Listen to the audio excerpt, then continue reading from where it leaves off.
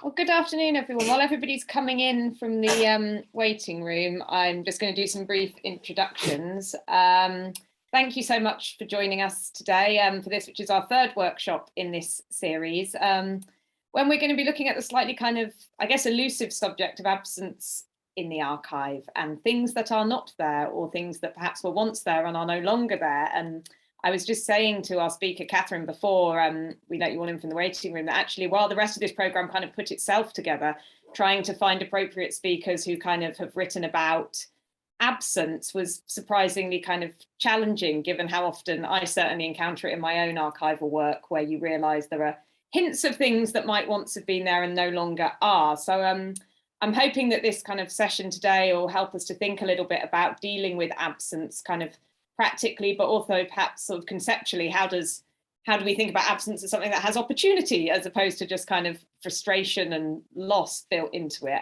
in family collections? So to that end, we're really lucky to have with us today Professor Catherine Clark, who's the director of the Centre for History of People, Place and Community at the IHR in London. She's got a really varied background. She's a cultural historian of the Middle Ages by training, but she also works, as I think you're going to hear today, across a really wide range of periods, thinking about place and identity and heritage. And we kind of should also give thanks, I think, to Dr. Mike Estester, who passed her kind of on to us at the last workshop and said, oh, on that theme, here's something interesting, and kind of pointed Catherine our way, which was lovely.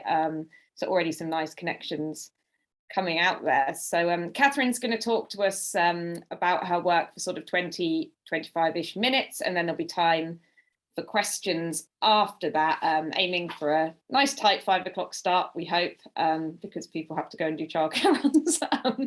So I've just put on this slide here before we get going some quick a CFP for a conference, which we're hoping to run next year, which is now live and open. So if you think you might be interested in that, please do submit something for us before the end of the year. Other than that, I think the only other thing to say is that this session is being recorded and it'll be up on the website when this is finished, which is great. We've had quite a lot of people watch the recordings, but if you have any problems with that, please do drop me an email before we kind of post it everywhere. We got Kausa on the call. If you've got any technical issues, you should be able to help with those. So without further ado, then I'm going to stop talking and hand you over to Catherine. So Catherine, the floor is yours. Thank you so much. Thank you so much, Imogen. Hello, everyone. I'm going to, can you hear me? I'll just check that first of all. Yeah, fantastic. So I'm just going to share my screen. Can everyone see the slideshow and presentation view? Brilliant. I can see thumbs up. That's great. Thank you so much. So thank you so much for the invitation to speak in this brilliant series. As you heard already from Imogen, I'm usually a medieval historian, occasionally drifting into other periods as my research leads me. So today I'm speaking about a story that's well outside my usual expertise, but it's connected to me in other ways. I'm going to reflect on a story from my own family history from 1906. And I want to make a content warning straight away that this story does involve child death. Now, I realise that the date takes it beyond the early modern period, which I think is usually the kind of core focus of these sessions, but I want to use this case study to open out some broader questions. Imogen invited me to think about absence in the archive, so I'll be doing that in a number of ways. I want to think about absences and gaps in this particular story, what we know, what's there in the evidence, what's not, the missing pieces we can't recover. Then I want to use my experience working on this story to reflect on different kinds of absence. What happens if we try to recover unwritten histories, trauma, emotion, lived experience? Where do we look? And what could that mean for the kinds of sources and authorities we use? How can imagination and creative practice play a part in negotiating absence and gaps in a historical story? And what are the implications for and tensions with conventional academic research and writing?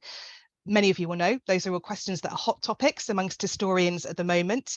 You might know the Writing Radically series for History Workshop Online, or even just last week, the brilliant Telling Stories conference on history, narrative and fiction at Queen's University, Belfast. So I'm hoping that my presentation will prompt some further discussion of those questions and themes today.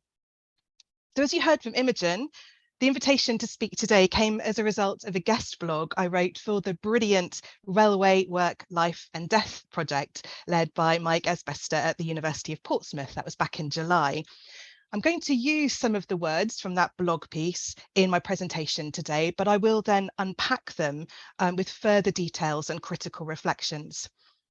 I want to emphasise a few things first, though, to start with, which I think are quite important. First of all, as I've already said, I'm not an expert on early 20th century history or family history or railways. I'm really kind of managing down your expectations here, I feel, ahead of my presentation. Don't worry too much. I'm a historian, but I wrote this blog actually because of a powerfully affective encounter with my own family history. Secondly, I'm hugely grateful to Mike and his project for finding a home for this piece. I wrote it especially for the Railways Project blog, and if that platform hadn't existed, I wouldn't have written the piece. The blog offered a distinct other kind of space adjacent to academic research, but a different kind of writing from a published article or book. And it gave me a kind of license to write beyond my usual expertise and in a different kind of idiom. I wanted to use that license to address and redress what's often absent in the documentary record, the experiences of families around, in this case, a railway accident, and the way such trauma unfolds over time. I also wanted to experiment as a historian with how to write a story in a way that would capture and honour some of its emotional power and freighting. Finally, as in the blog post, I want to acknowledge that lots of the research into this family story was done by my aunt, Leslie Caldwell, and I'm sharing this with her permission. Also, finally, I've noticed that my mum and dad are in the room today, which is also a first and feels a bit different. And I think also speaks to the fact that this research is kind of crossing over different parts of my identity in a way that I haven't experienced before, which feels important actually. So I want to start my presentation with the words which began my blog post. This is a story about two moments in time and two people called Herbert, but it's also about 4 generations of a family, 7 decades, and how the effects of a railway accident can reverberate over many years and multiple lives. Herbert Granville Caldwell, December 1969. A middle-aged man wearing a dark suit steps into the empty house. His father is only a few hours dead and the silence is still raw. He walks awkwardly with a stick, legs in calipers, a war injury from Burma, but with determination. He knows what he's looking for. On the polished wooden table, a tall glass dome. Under it, an ancient posy of flowers, withered and shrunken, faded to grey, impossibly fragile. He knocks aside the glass dome and it cracks in 2. Then he takes the posy outside and crushes it in his fist. It crumbles into dust on the ground. Herbert Caldwell, July 1906. It's a fine and blustery day for the Sunday school outing. Up on Warncliffe Crags, you can see for miles the Don Valley laid out below, the rooftops of Deepcar, and white clouds chasing across the sky to the distant Pennines. He's king of the castle, waving to his mother down below on the grass. The picnic is laid out on the rocks, but his friend Norman wants to hunt for the Dragon of Wantley, so they take sandwiches and explore. Further down the hillside, there are tall, straggly flowers with blazing pink petals. He knows what they're called, rosebay willow herb, a bit like his own name, Herbert. There's no sign of the dragon today, so he decides to collect a posy for Mother instead. Then there's Norman calling out and pointing, masses more of the pink flowers down by the railway. Herbert runs down through the long grass, the rosebay willow herb held tight in his hand. On the 22nd of July 1906, Herbert Caldwell, aged 12, was struck by an express train on the line near Uterbridge, South Yorkshire. Herbert was the son of Joseph and Sarah Caldwell, who lived in Granville House, Worsbrodale, along with his brother Willie. Joseph Caldwell was a self-made man who'd started out as a sawyer in the mine, then saved a penny a week to attend night school and learn to read and write, and rose to become president of Barnsley Cooperative Society. Willie Caldwell was my great-grandfather, and Herbert would have been my great uncle. The Caldwells were a staunch Methodist family, and the Sunday school outing would have been a keenly anticipated trip, but the day ended in tragedy.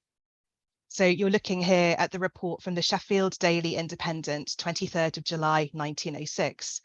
It reports the death of a little fellow named Herbert Caldwell, aged 12 years of age.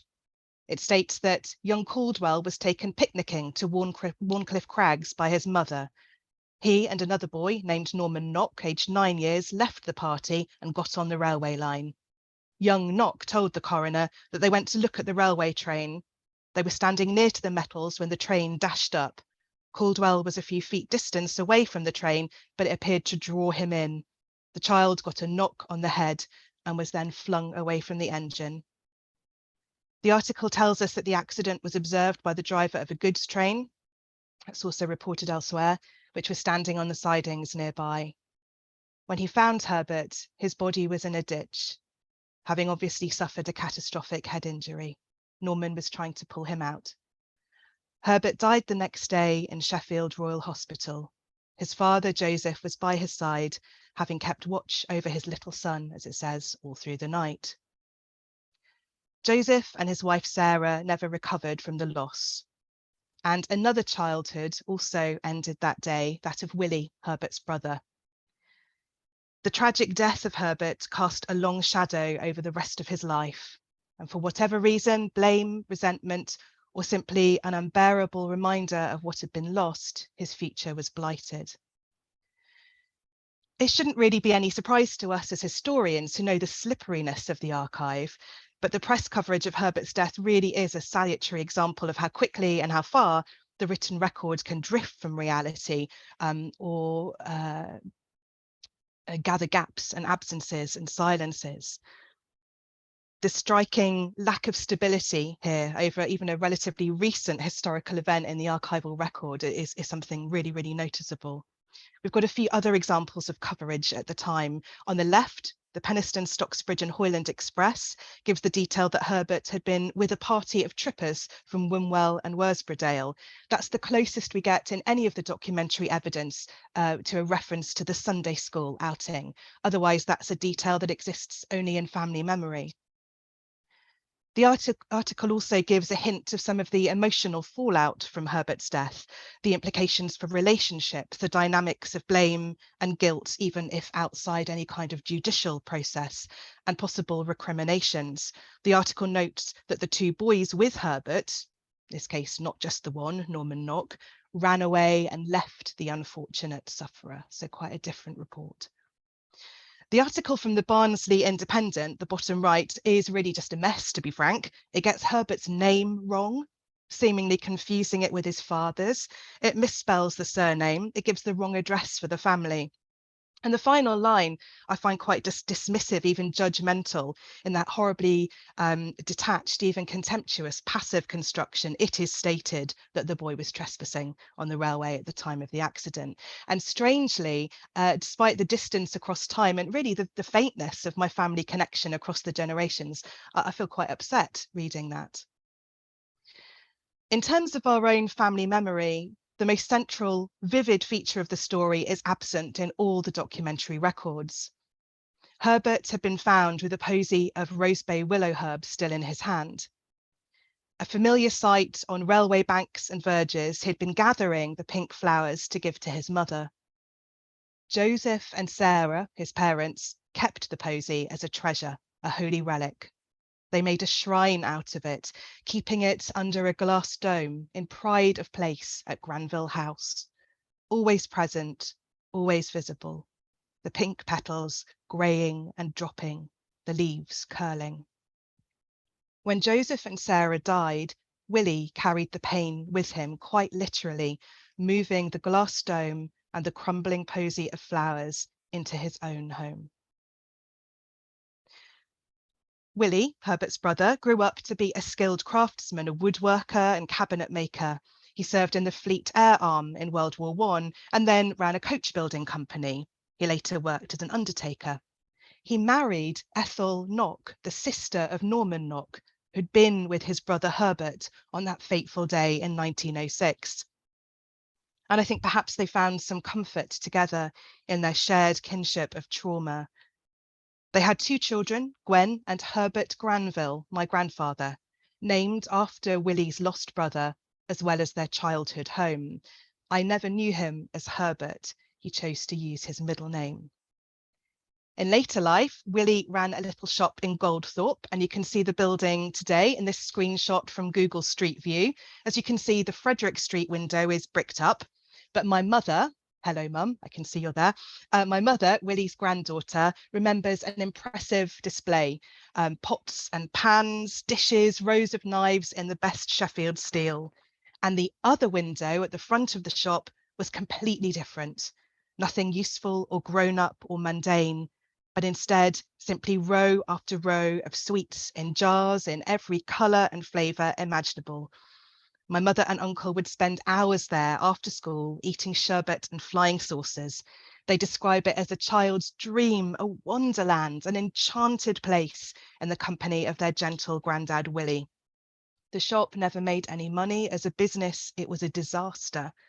But perhaps it was doing more important work for Willie, conjuring into being that innocent childhood joy he'd been denied after the death of Herbert. At least those are the words that I wrote for the blog piece. While they are true to what my mum and uncle told me, I think I was trying to write some kind of redemption for Willie, some kind of narrative arc of catharsis and peace. The reality is a bit more ambivalent, a bit darker.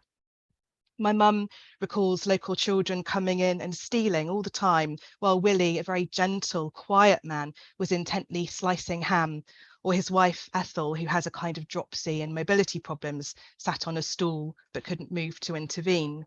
I do firmly believe that the sweet shop was doing a kind of recuperative work for Willie, but I'm also conscious of how I've shaped the story here, what I chose to tell and not to tell. Some carefully curated silences. It's made me reflect on the affinities, but also the differences between history and story, and the ethics of crafting any episode from the past into a narrative form, and how we write around and into those absences and silences. That's Willie pictured at the top right there, not long before he died. And in the family photo below, taken around 1947, you can see Willie with his wife Ethel, if you see my pointer there, Willie and Ethel, and then their son Herbert Granville holding my mum as a baby. When Joseph and Sarah died, their estate went directly to their grandson, Herbert Granville, bypassing Willie. Here's my grandfather, Herbert Granville, with his grandmother, Sarah, so Herbert's mother. But my grandfather, Herbert Granville, saw all the pain and the long blight on his father's life. Herbert Granville, born in 1920, grew up with the glass dome and that posy of rosebay willow herb ever present, first on the polished table at his grandparents' house, and then in his own boyhood home. He always grieved for the life his father, Willie, might have had. Another absence, I suppose, an imagined life that didn't exist. When Willie died in December 1969, the first thing my grandfather did was to go to his house, break the glass dome, and throw the rosebay willow herb away. These are the words that ended my blog piece, and I want to spend the final part of the paper reflecting on and unpacking some of this.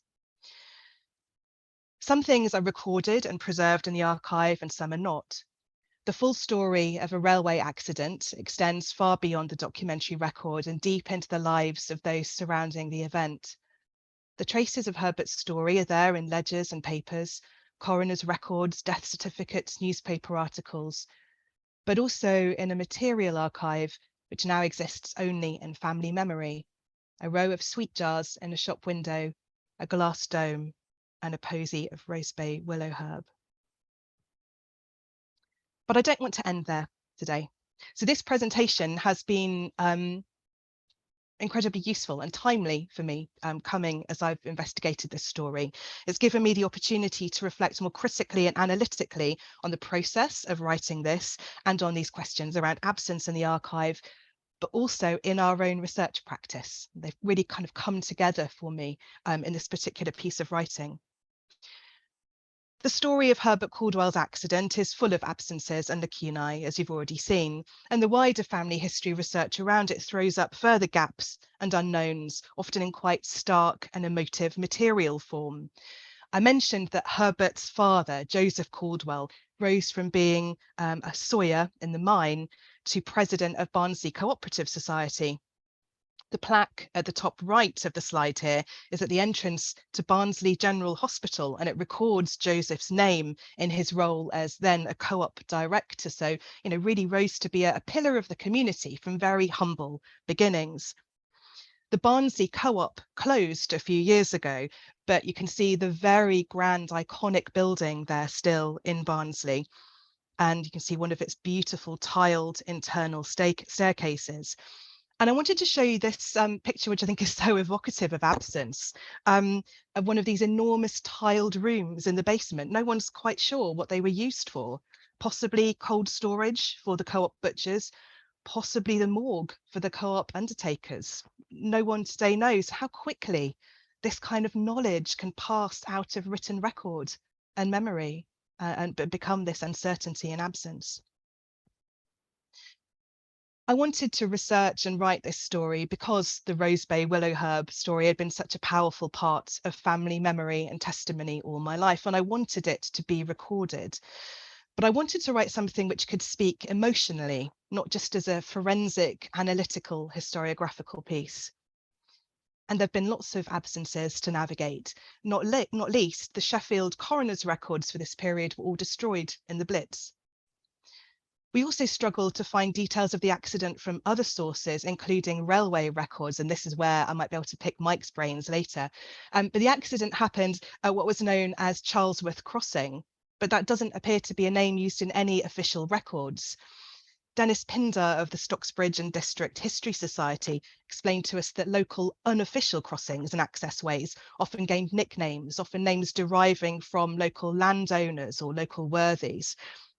In this case, a certain Abraham Charlesworth, a mine deputy, so a fairly important position with Grayson Lowered at their coal and Ganister mines, lived at Florence Buildings, about 100 metres from the station and crossing. Perhaps that's a connection, but there the trail goes cold. So I think, it's so interesting, even the language used by convention, by ordinary people for places, not being anchored in the documentary record. As someone whose work is so grounded in local history, I find that really fascinating, that it makes it so elusive and so difficult to kind of pin down in the archive. And of course, our family story of the Rose Bay Willow Herb redressed the biggest absence in the documentary record. It made sense of Herbert's apparent trespassing on the railway. It gave him a motivation. It was the cipher for understanding generations of resulting trauma. I did some of the usual kinds of research diligently, as I would looking at any historical episode. I looked for as much evidence and information as possible, but I also looked in slightly different ways. Here's a map showing the location of Warncliffe Crags. You can see in relation to Barnsley there at the top, and a photo as well. If you've never been, very striking, scenic, but yeah, really kind of striking and strange place actually. I researched the weather for that day of the Sunday school outing. It was fine, it was dry, but it was very blustery. But it wasn't at all long before the intense heat wave of August 1906, still one of the fiercest in the UK on record, with consecutive temperatures over 32 degrees for days, and South Yorkshire as the hottest place in the country. And I found myself wondering, what did it feel like to be dressed in black morning clothes during that baking summer? I wanted to bring the story alive, and some gaps only imagination could fill. I don't know whether Herbert and Norman were looking for the Dragon of Wantley that day, only that it's a popular local myth, going back at least to a 17th century broadside ballad, which was the focus of a lot of renewed attention in the medievalist revival of the late 19th and early 20th century, featuring a lot of books for children. And I thought, I reckon I'd have gone looking for it at Herbert's age. So some critical reflections on different kinds of absence. First, it's very clear, and it's no surprise to any of us, that crucial details are absent in the documentary record.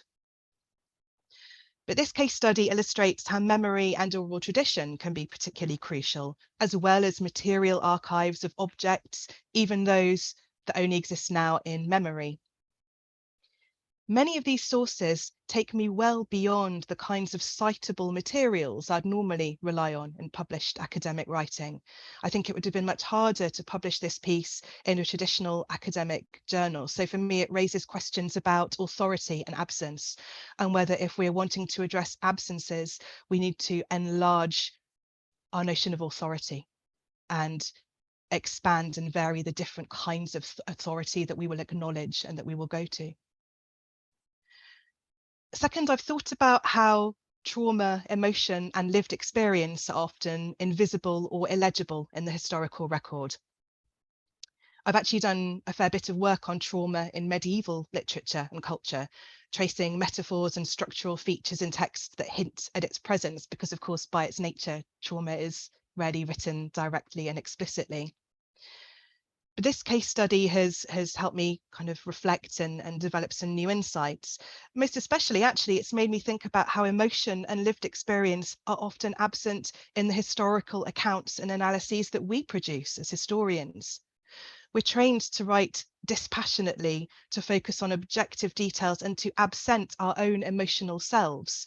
I think that's changing a bit, but that's still very much the way we discipline ourselves as historians. I actually shed tears when I wrote this piece, and I allowed myself to explore what could happen when I really allowed myself to feel an emotional connection with a moment in history, which I think was really important, as you know, to my development as a historian. Finally, the piece for the Railway Life, Work and Death blog was an opportunity, as I've already suggested, to write in a different mode and register from usual. I felt more able to use speculative, imaginative, and creative practices to redress the gap between the partial, fragmentary documentary record and the truth of the story that I wanted to tell. That began with the two imagined vignettes of 1969 and 1906, both based in evidence and sources, but with imagined details. Now, I realise that's the kind of technique that historical novelists have been using forever. But it's not so commonly something within our disciplined, carefully circumscribed academic history practice. What are the potentials? What are the ethical considerations of that? I'm increasingly seeking opportunities to bring creative practice into my research, and I know that many other historians are working in that area too. So this was a useful experiment. But I'd stress again that the kind of para-academic space of the blog gave me the flexibility I needed. I was able to explore a different kind of authorial authority as a family member, rather than as a specialist on this exact period and topic, and a freer mode of writing. So for me, this has been a productive and important micro project. I'm grateful to Mike for the blog opportunity, and Imogen for the invitation to reflect further on that today. It's really helped me test the limits of history writing as a practice, as well as absence in the archive, and thinking about what might be missing. So thank you for listening. Really looking forward to hearing any of your experiences and thoughts on these topics too. Thank you. That was fabulous. Thank you so much, Catherine. And a little bit of me is glad I'd read the blog before I heard you talk, or I would probably be crying while I'm trying to deal with questions, because it is such an emotional story. Does anybody have any thoughts or reflections or questions they'd like to share? Please do just unmute yourselves and join in, or if you prefer, put your hand up electronically and we'll bring you in. Well, perhaps you're getting your thoughts together. I find it really challenging what you were saying there, Catherine, about kind of broadening the authority of the historical record to redress absence. And perhaps you feel this too in your earlier period work, that presents real challenges for non-modernists when you're aware that those oral traditions are probably long gone. But then you offered me hope when you spoke about imagination, because that made me wonder, how valid is imagination to historians as a way of building in those absences that we're not gonna, and it's something I've often kind of thought oh, I wonder if this is why this is here, and I can kind of imagine that might be so, and but without that concrete proof, you feel you can't write it, and then that means you end up parking lots of history, particularly when writing this kind of thing. And I think that's really interesting to think about how actually that might be a more valid historical tool than we've always thought of it being. I can see a hand up from Nicola. Could you jump in, Nicola? Yes, Catherine, I'm trying to make myself visible. Here we are. Hi. I really enjoyed that very much. I just put in the chat that I was having a lie down, so I decided to just listen to it at first. And it was like the most beautiful radio program, you know. I mean, it was absolutely involving and captivating. And then when I started to look at the visuals, it's quite hard to take it all in at once, because your talk was in itself quite, you know, full of detail, and then you were presenting the detail visually as well. So I think it's, you know, it's really worth making it a full length presentation, you know.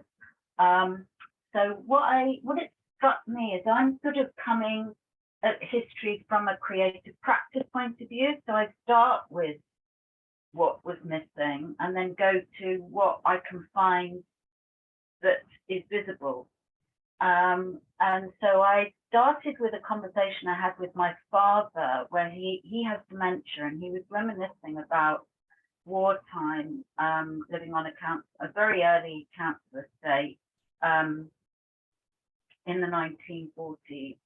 And there were things like, you know, there was only one telephone for the whole estate outside the pub.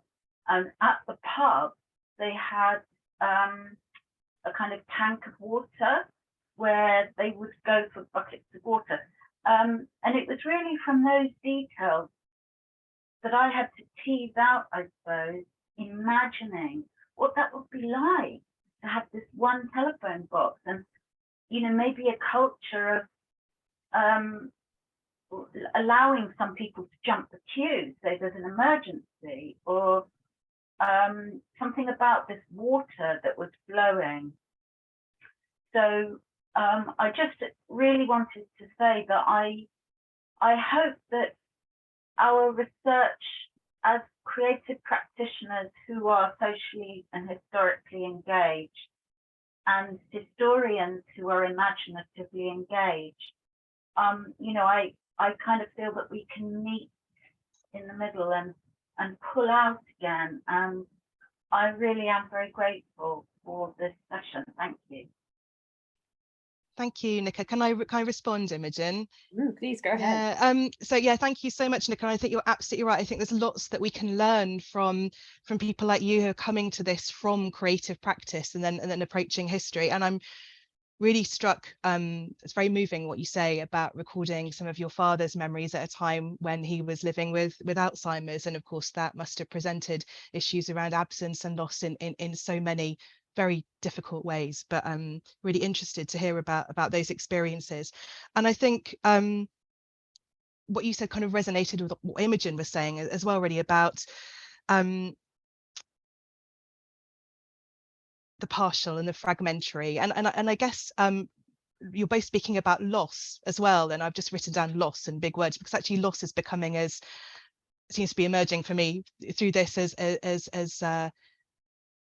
as importantly as absence. And if there are creative methods and idioms that we can use to kind of recuperate the fragmentary or the partial, you know, what you said, Imogen, about having to put things aside because it's kind of partial research or fragmentary and evidence and not being able to write it. Or if we are recording oral testimonies that are partial and fragmentary, what a loss if that means that, you know, we're not able to kind of bring them together and record them. So if creative practice helps us to do that, I think that's really interesting, really important kind of recuperation and preservation as well.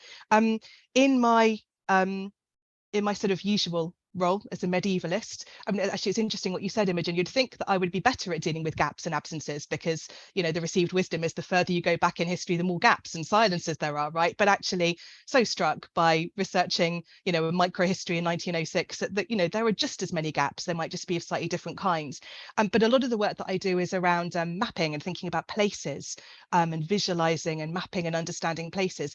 And there are interesting conventions there for how you represent detail that's based on certain and evidenced historical knowledge, and how you represent detail that is more speculative or hypothetical, maybe through different degrees of opacity, or different colors, or, you know, transparency in a photorealistic visualization. And I think on one level that's very interesting. Could we develop as historians a kind of practice for acknowledging the speculative and the creative in what we do? But at the same time, I'm reluctant to do that, because what I was setting out to do in this particular piece was to bring something alive, and I think that would be a real kind of barrier to an immersive engagement with a moment in the past. But I think these are just, yeah, they're such interesting questions. And Nicola, thank you for your comments.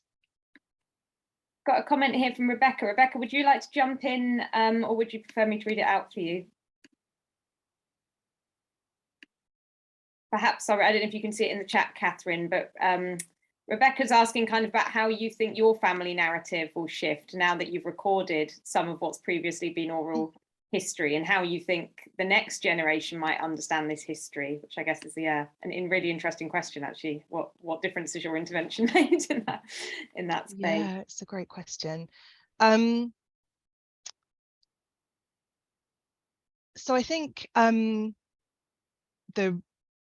it's not quite, I'm not starting exactly with answering your question, Rebecca, I realise, but the reactions I've had from family members have been that they've been very happy that it's been written down. And I think even after all these generations, it's been a kind of cathartic, if that's the right word, an important experience to have this acknowledged and also shared. And sharing, we know as historians, and telling stories is really important, sharing people's stories. I do recognise that having written this story and having published it on Mike's blog, it becomes a different kind of artifact, doesn't it? It doesn't become something that is just held by us in our family oral tradition.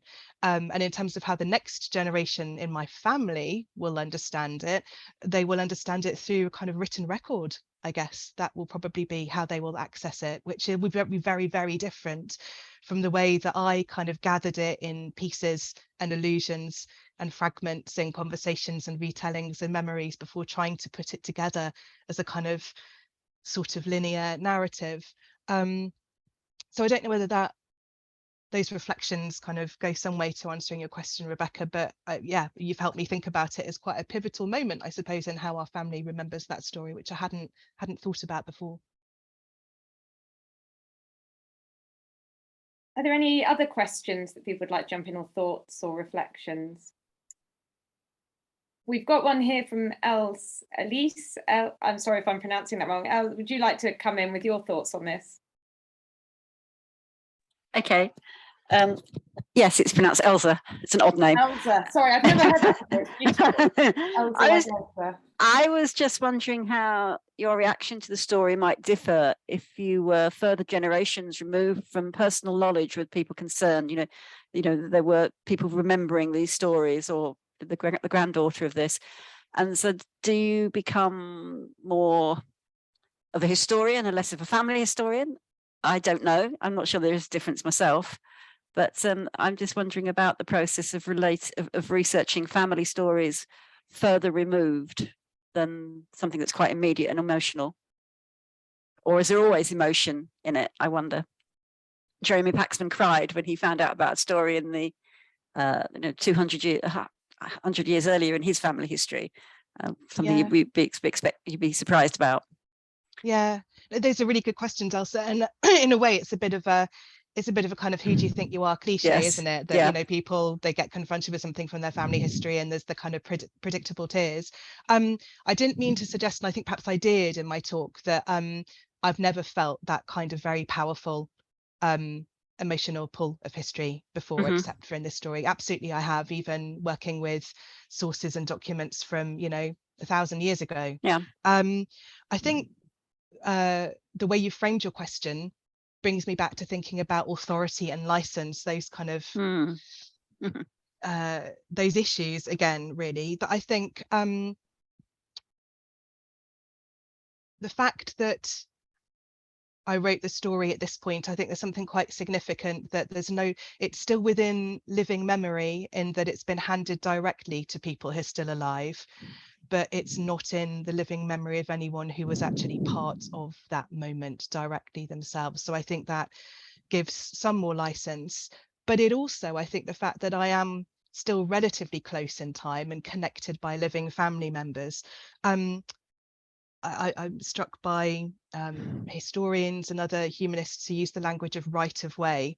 I kind of feel that helped give me my sort of right of way into the material, and my authority and legitimacy to write about it in such an emotional way. I think sometimes as historians, we can be concerned about co-opting or appropriating or how we tell other people's stories. And it was interesting that I felt I had a kind of personal connection here. But I'm sure you're right that just generally, personal connection or not, how we write and deal with a story like this does tend to change. We all know that, of course, as time passes, and mute often the kind of emotional impact of historical events. Thank you for your thoughts. Thank you. Mike, do you want to jump in? Thanks very much. Again, thank you all for this, but particularly obviously Catherine for both the original blog and this presentation today, discussion. That's really interesting. I wanted to add just that when Catherine approached me about the possible blog and then sent it over, it was, I mean, those of you who've read it, you've now heard about it as well. It was such a powerful piece of writing. It was very effective, and Catherine, you said yes, you'd cried about it. Other than we have met in person as well as virtually, but other than that, we and academically, professionally in that sense, but we don't have any kind of personal family connection that way. But I cried when I read that first, and immediately got back to you and said, yeah, this is tremendously powerful. It's an incredible piece of writing. I absolutely stand by that. And so just think about that connection, the time, the distance over time. I'm not sure about the distance over time thing that Else was raising. I agree in some ways, but in other ways, this is a question about empathy, which is, Catherine, getting back to your points about the historian skills. In some ways, academic historians trained to be, in inverted commas, dispassionate and objective, which, as we know, are tremendously problematic. At the same time, we're still expected need to be empathetic. And I think that's where these things come into play. For me, working on this project, where we unfortunately run across similar types of stories every day, and if we divorce ourselves entirely from the fact that these are individuals, they have families, communities, connections, that we're losing something. We need to keep that empathy. Much of the time, there is a way of forming an emotional barrier around it, because otherwise it would be too much. On occasion, and this was one of those occasions, it breaks through, and you can't help but feel that connection to people that you don't know, and you only see them as in my case, a name on a page.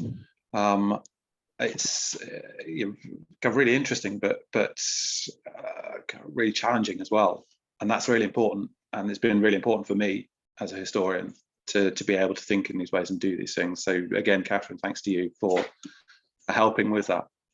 Thank you, Mike. And you're doing such important work, Mike, that I've heard you speak about before. Your project, the Railway Work, Life and Death Project. As you say, you are continually dealing with very difficult material that has implications for people still living, families. Today, and I've heard you reflect really carefully and powerfully on all the kind of ethical responsibilities around that. I'm really struck by your use of the word empathy, because I think if we talk about the language we use around the responsibilities, around responsibility and best practice as a historian, doesn't include that word very often.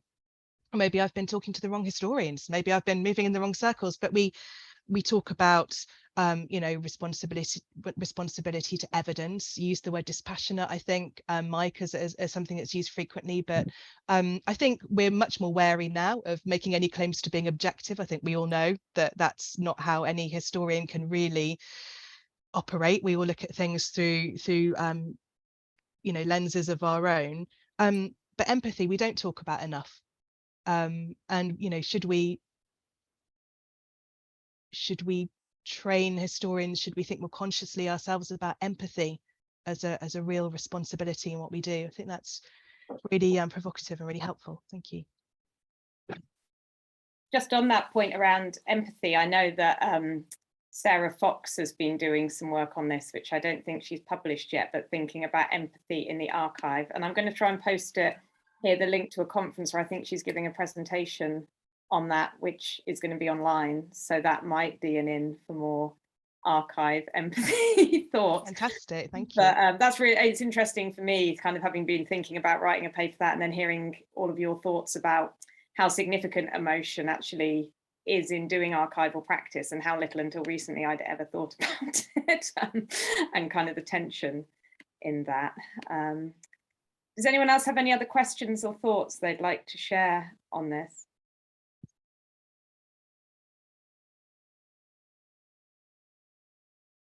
I can see a comment from Jill. Jill, do you have anything you'd like to add to that? Is that Jill, my mum? Oh, it's Jill. Well, in that case, definitely. Should have guessed from the name. Hello, Jill, my mum. I don't know how Catherine's going to feel about this, but yes, as I said in the chat, I've grown up with the story. I've grown up with all the little snippets, all the emotions, but I don't think I put it all together in quite the same way until Catherine wrote it down. And I think that's a very interesting point. It made it more coherent. I understood connections far more than I ever did before, having read it. So I think the question that was asked about how future generations will see it, I think my grandchildren will see it quite differently because it's been framed in the narrative. And I think that's quite interesting. But thank you for inviting me to speak. And sorry, Catherine. No, it's so nice to have you here. My mum was an English teacher, and I think you can tell that from the way she phrased that. And I think it's really interesting comments. Oh, I've never had a conversation with my mum in the context of an academic Zoom seminar before. The fact that she says that the story is now different because it's more coherent, it's connected, she used the word framed. I think that's quite interesting, and it's also problematic as well, and it's what I tried to call attention to in my presentation. There's a bit of sleight of hand going on there as well. I've shown you, been very open about the little bits that I had to kind of write in, but I have shaped it, I have crafted it, and so it is something that I've framed. It's something very mediated now, something very shaped into a narrative form by me. So it does become something quite different. And again, I think those get back to the heart of those questions about creative practice, but history making. We shape everything, don't we? Everything we write as historians into a kind of narrative, but it sort of helps me reflect on that anew, I guess. Does anyone have any other thoughts or questions they'd like to add before we kind of, oh, I can see a hand up from Shiva.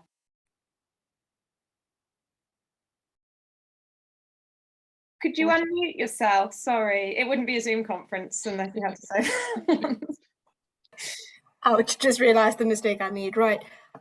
Really love the mention of this topic, the emphasis of empathy being given into it. And, when you brought in the story of your great granduncle and how much importance it has into your lives even today and even for future generations, it just brings about a lot of thoughts about, I used to always take into account my grandfather, which I've never seen, my mom's father. And he had a massive heart attack while he was crossing the railway lines back in Malaysia. And they never got to see him. And there was this newspaper article that came out about him to say that he tried to commit suicide. And, how sensitive it got over the years when it, occasionally it came up. And the importance when you have the younger generation asking you questions like, how true is it? What really happened? And then you have documents like, the death certificate coming out and things like that. And it's one thing when we hear it from our elders, and it's another thing when we actually have it written as actual record. And yeah, I can't help but say you've done a fantastic job. I'm just so glad that you actually took that initiative to write it down, Because I mean, I think seldom it is at family get-togethers and things that you actually talk about this kind of emotional events. And then someday along the way, somebody decides to think about it, and you're like, actually, what happened? And probably you'll just get fragments of it and not the real account of what really happened. And I think that's very important. It's very crucial. So yeah, just a little thought that, kept coming to mind as you spoke about the events that took place. Thank you. Thank you so much for sharing this event today. Oh, thank you, Shiva. Thank you for trusting us with that really painful story from your own family history. Yeah, I think, yeah, I recognise that experience of kind of dealing with fragments, and also the challenges of getting to anything like a real history, when, as we saw even in sources from barely over 100 years ago, right from days after the event, there is such instability. You know, not just gaps, but, you know, so many kind of multiple versions of events. Thank you for your comments. Last question now, so we finish on time, because I promised Catherine we would, to Nicola before we close. Nicola, go ahead. Yeah, sorry to come back in, and just something that's arisen for me. I think, you know, this question of trauma in history, I'm doing trauma in my creative practice. Trauma is partly traumatizing because it is not recognized as trauma. So thinking about empathy in historical research, historical practice, creative, historically engaged practice, to me is a very important dimension to a new academic way of writing, way of approaching material, because we are uncovering what has been covered up. So an example from my dad's story is that he talked about how his father used to come home frequently. His father was a war rescue constable, and he used to come home covered in dust. And my dad just remembered that. And then I sort of thought, what must my grandfather have witnessed? What must he have had to do? What? You know, and it was unspeakable. I certainly couldn't ask my dad to think about it or speculate. I simply had to speculate within my own heart. It couldn't be talked about with my dad. You know, for me to make him think about that, would have been wrong. I couldn't do it. He himself has survived through suppressing the trauma of living through bombing and war. So I think that we are rescuing human history through empathy by acknowledging trauma, which has been denied for state reasons, you know, for power reasons. Yeah. I love the empathy. Yeah. Yeah, I really love that empathy is coming to the fore in the conversation. And as you say, trauma, of course, is never going to be directly there in the record. It's always going to be indirect or apparently absent. You know, the word itself is a metaphor, isn't it? Trauma, wound. So we're always going to be looking for kind of traces and ciphers for trauma rather than, you know, a direct explicit statement. And yeah, in the case of this story, that Rose Bay willow herb just seemed to be the cipher that we needed to unlock that. Thank you very much. And yeah, thank you, Imogen. Well, thank you so much, everyone, for coming, and thank you especially to Catherine for giving us such a rich and thought-provoking paper and taking so many great questions. Before we close, I'm just going to remind you that our next workshop's on the 23rd of November at the same time online. We've got two guests coming to talk about the movement of family archives into institutional repositories. That'll be a slightly different angle on this. We've got Dr. Anne-Marie Foster from Northumbria, and also an archivist, which will be an exciting new addition, looking at it from the other end. We've got Tom Plant from the Wiltshire and Swindon History Centre coming to think about it from an archivist point of view. So yeah, if you'd like, please do register for that using the link you used for this one. And I hope to see lots of you then. And finally, just thank you again to Catherine. I'm going to give you a nice virtual clap. Thank you very much. Thank you for having me. Thank you for all the wonderful questions and discussion, everybody. Thank you.